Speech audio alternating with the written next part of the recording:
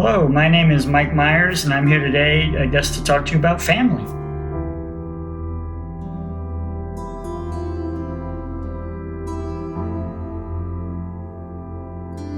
About 7 years ago, I actually sent a letter to the adoption agency stating I wanted to meet my parents. After about 8 months, I finally got a letter back from the adoption agency that said there was no corresponding letter.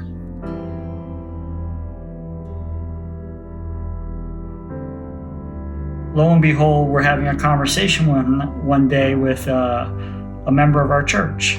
I was adopted, he's adopted, and he told me he had done 23andMe, and he kind of encouraged me to do the same, and we did. We did 23andMe, and it came back blank.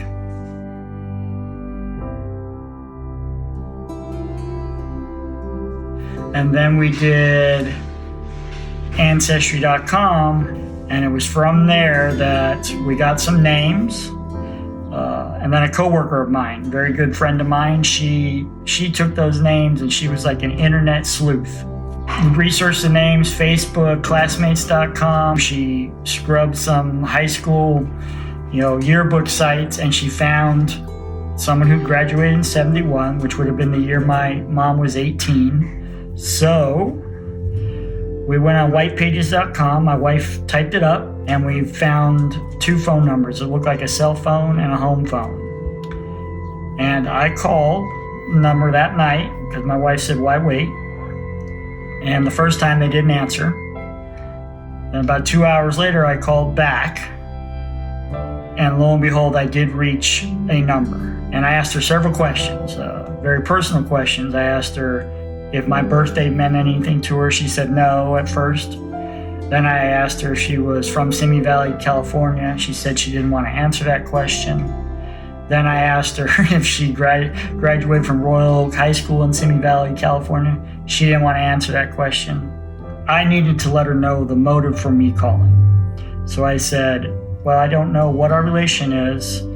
You need to know the reason I'm calling is so I can thank my mom for giving me the opportunity to have the best life possible."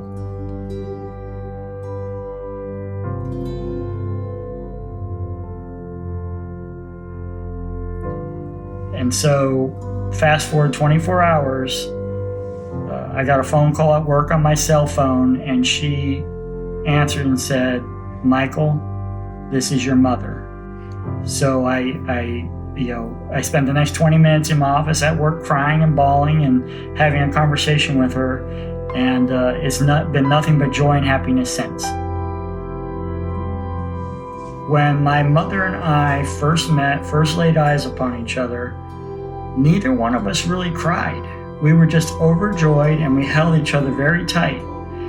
And what you would think would be one of the most awkward moments of my life was actually one of the most comfortable moments I've ever felt. It just felt like I was holding my mom. So I think it's changed my view of family in that sometimes we think family is just those that live with us in our house. We have been given the capacity to love people. And this has shown me that 47 years of separation, irregardless of the circumstances of why I was put up for adoption, that doesn't matter. That this woman is my mom.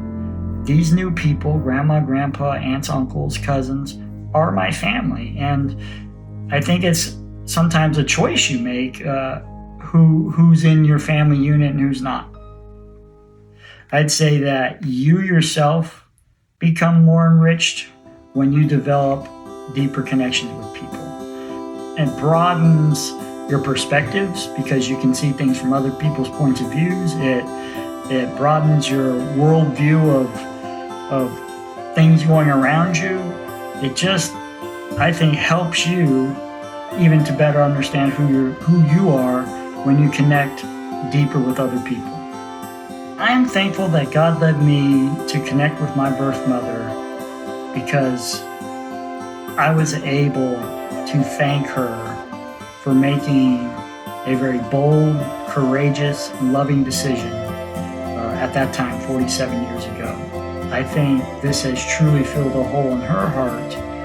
And as she likes to say every day when she texts me, Michael, you're in my heart.